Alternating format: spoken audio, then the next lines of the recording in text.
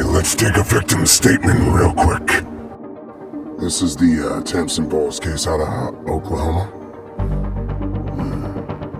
You don't get to be child traffickers. You officers had a duty to support the Constitution and defend it against all enemies, foreign and domestic, including yourselves. The perjured sworn affidavit was fraud, as in a lie, under oath, because it said that there were dark circles around the boys' eyes, and that the boys appeared to be malnourished. And there are obvious reasons these are lies. I mean, they were proven to be lies. You can go by video and reports, both. Not only that, like I said, Shauna Goodall, the CPS worker who wasn't even there, signed off on the hearsay of her co-workers.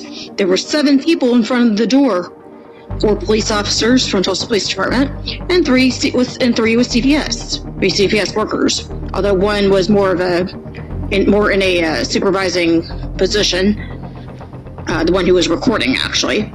But still, that's 7 people who would have seen these things, 7 people to see these things, and yet none of them signed off on it. Instead, it was someone who was not there for that, and actually she wasn't even there, Shauna, she was not even there, according to evidence, the entire day on our property. But they still kept them in custody.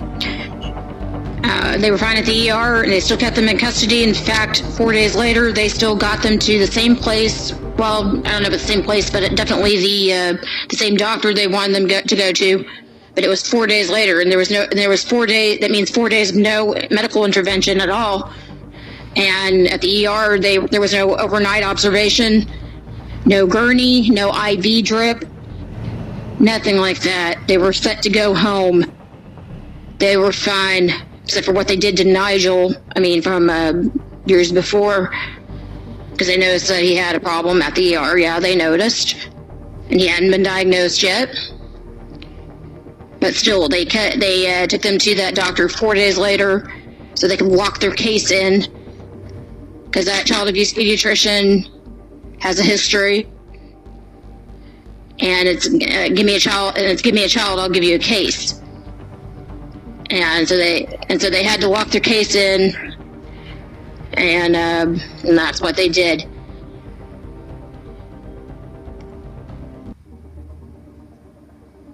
And we know what all this is. We know what this is. And we had already diagnosed him on our own. We knew what he had. We were trying to heal him. They interrupted with the process of healing. And they kept both boys longer this time than the first time. But anyway, as far as them getting them to their yes man 4 days later, and we had already diagnosed him on our own. We knew what he had. We were trying to heal him. They interrupted with the process of healing. And they kept both boys longer this time than the first time. But anyway, as far as them getting them to their yes man 4 days later, 4 days later actually has nothing to do with us, because I was still in jail that morning, and we didn't know we didn't know where they were. We didn't even know whether they were together or not. So again, nothing to do with us. And they were fine at the ER, except for what they did to Nigel. Actually, they passed their test at the ER with flying colors. They were both proven to be well within their weights for their age group. They were both proven to be healthy, well-nourished, and in good shape. So there's that. The perjured sworn affidavit also mentions that Nigel appeared to be so weak, or Nigel seemed to be so weak, that his mother had to help him off the floor. Yet video evidence and reports, at least video evidence proves video evidence proves that the first thing all of these people saw when they arrived on our porch was both the boys walking. So how was Nigel so weak that he couldn't get off the floor when the first thing they see is him and his brother walking? And actually, according to the video, it looks like he may not have even been on the floor. It's perjury. Absolutely. And the state can't interfere like that. That they need a compelling state interest, such as proof that they have to be able to see drugs from the window sitting out in front of your child. They can't just say you might have ran in the bathroom to flush the drugs, because I heard him say that too on previous video footage. As for the court order, supposed court order, that's not a court order actually, that is a writ of assistance, and for somebody to try to establish probable cause when they were not there is hearsay.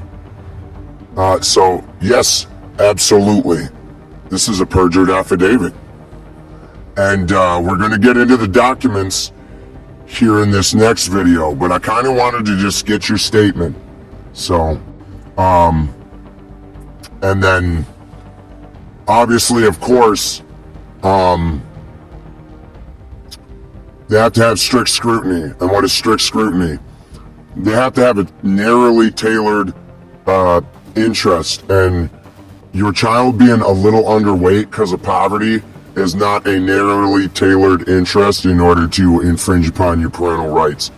So what we're going to have to do is, I'm going to have to teach you how to sanction these motherfuckers, because somebody needs to go to jail here, and it ain't supposed to be you. Yup. This is absolutely criminal activity, because I got proof there's no judge's signature on that fucking writ of assistance, bud. So whatever you did, getting the fucking judge's signature in the field using calling it in while you're on property, sorry, that's not how that works. You need due process. You need to get the parties together and have due process, and you didn't have that. So you done violated civil rights now. You don't get any immunity. I'm gonna help these people, because you walked into the privacy and the sanctity of their fucking family home, because they're married, they're trying to take care of their kids, and you're over here in left field trying to make up some bullshit, trying to make some testimony. Someone who was not there at the occurrence of an event happening does not have the ability to avoid perjury for an affidavit stating they were there when they actually weren't. That's called fraud. Fuck you, Oklahoma, for that.